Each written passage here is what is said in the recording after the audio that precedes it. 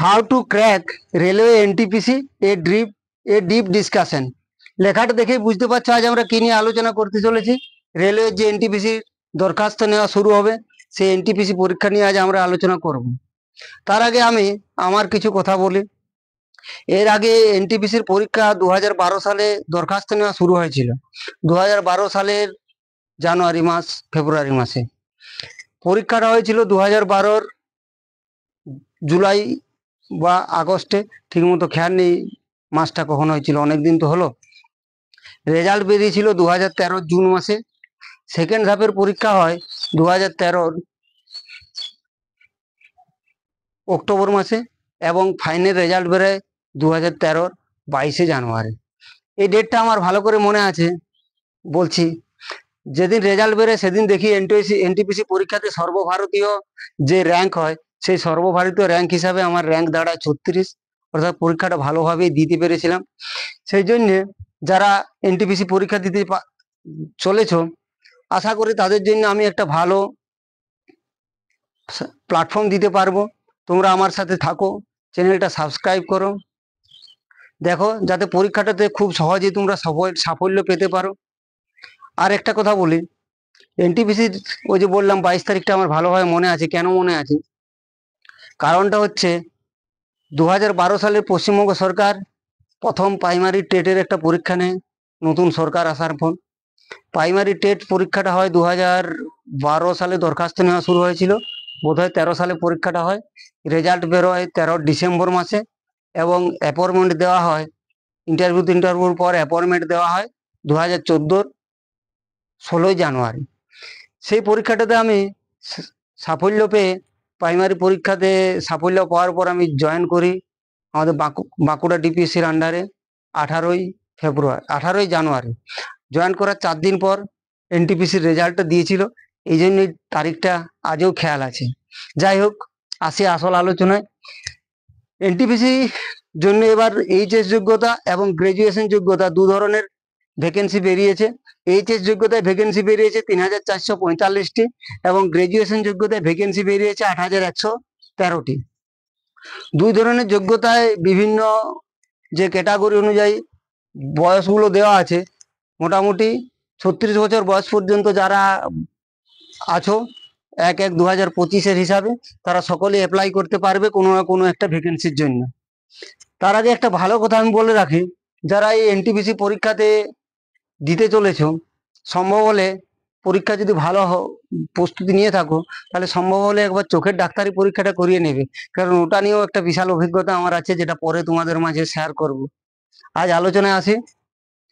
HS যোগ্যতায় যে 3445টি vacancy আছে, তার দরখাস্ত নেওয়া শুরু হবে 21 সেপ্টেম্বর এবং গ্রাজুয়েশন যোগ্যতায় যে 8113টি ভ্যাকেন্সি আছে, তার দরখাস্ত নেওয়া শুরু হবে 14 সেপ্টেম্বর। এইচএস যোগ্যতায় দরখাস্ত করার শেষ দিন হচ্ছে 10 অক্টোবর এবং গ্রাজুয়েশন যোগ্যতায় দরখাস্ত নেওয়ার শেষ তারিখ হচ্ছে 13 অক্টোবর। দরখাস্ত করার সময় অনলাইনে দরখাস্ত করবে, ঠিক আছে। সেই ব্যাপারেও একটা কথা বলে রাখি, তোমরা যে ফটোটা স্ক্যান করে দিবে দরখাস্ত করার সময়, সেই ফটোটার মোটামুটি 12 থেকে 15 কপি ফটো নিজের কাছে রেখে দেবে। কারণ ওই ফটোটাই আবার বিভিন্ন যে ধাপগুলো আছে, সেই ধাপগুলোর সময় দরকার হবে। অন্য ফটো দিলে তোমরাই সমস্যায় পড়বে। সুতরাং ছবিটা ভালো করে, যে ছবিটা স্ক্যান করে দেবে, সেই ছবিটা মোটামুটি 12 থেকে 15 কপি নিজের কাছে রেখে দেবে। এরপর দেখো, প্রার্থী বাছাইয়ের জন্য দু ধরনের পরীক্ষা আছে, প্রথম ধাপ এবং দ্বিতীয় ধাপ। প্রথম ধাপে যারা সাফল্য অর্জন করবে, তারা দ্বিতীয় ধাপের পরীক্ষাতে যেতে পাবে। প্রথম ধাপের পরীক্ষাতে কি আছে? জেনারেল অ্যাওয়ারেন্স আছে 40 নম্বরের, অ্যারিথমেটিক 30 নম্বরের এবং জেনারেল ইন্টেলিজেন্স 30 নম্বরের। মোট 100 নম্বরের পরীক্ষা। সময় থাকবে তোমাদের 90 মিনিট।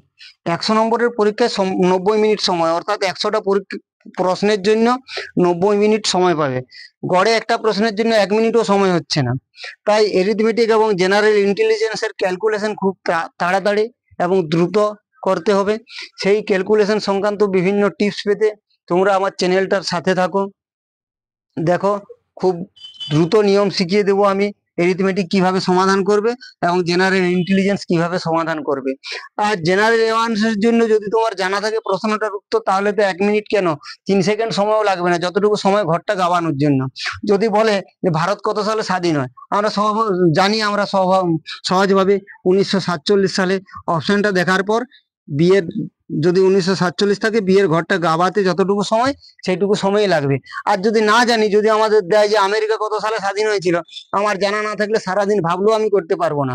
সুতরাং যেটা নিজের যোগ্যতায় করা যাবে সেটা হচ্ছে এরিথমেটিক এবং জেনারেল ইন্টেলিজেন্স। এই 60-এর মধ্যে 60-এই তোমরা পেতে পারো যদি ভালো করে প্রস্তুতি নাও। আর এই জেনারেল অ্যাওয়ারনেসটা হচ্ছে সম্পূর্ণ একটা অনিশ্চিত ব্যাপার। ভালো থাকলে 40-এ 40-এই পেয়ে যেতে পারো, তাছাড়া দেখবে 40-এর 20ও পেতে পারো, অসুবিধা নেই। 40-এর 20 পেলে অন্য লোক হয়তো 20-এর থেকেও কম পাবে। তাহলে জেনারেল অ্যাওয়ারনেসের 40, অ্যারিথমেটিক 30 এবং জেনারেল ইন্টেলিজেন্স 30 নম্বর, মোট 100 নম্বরের পরীক্ষা, সময় থাকছে 90 মিনিট।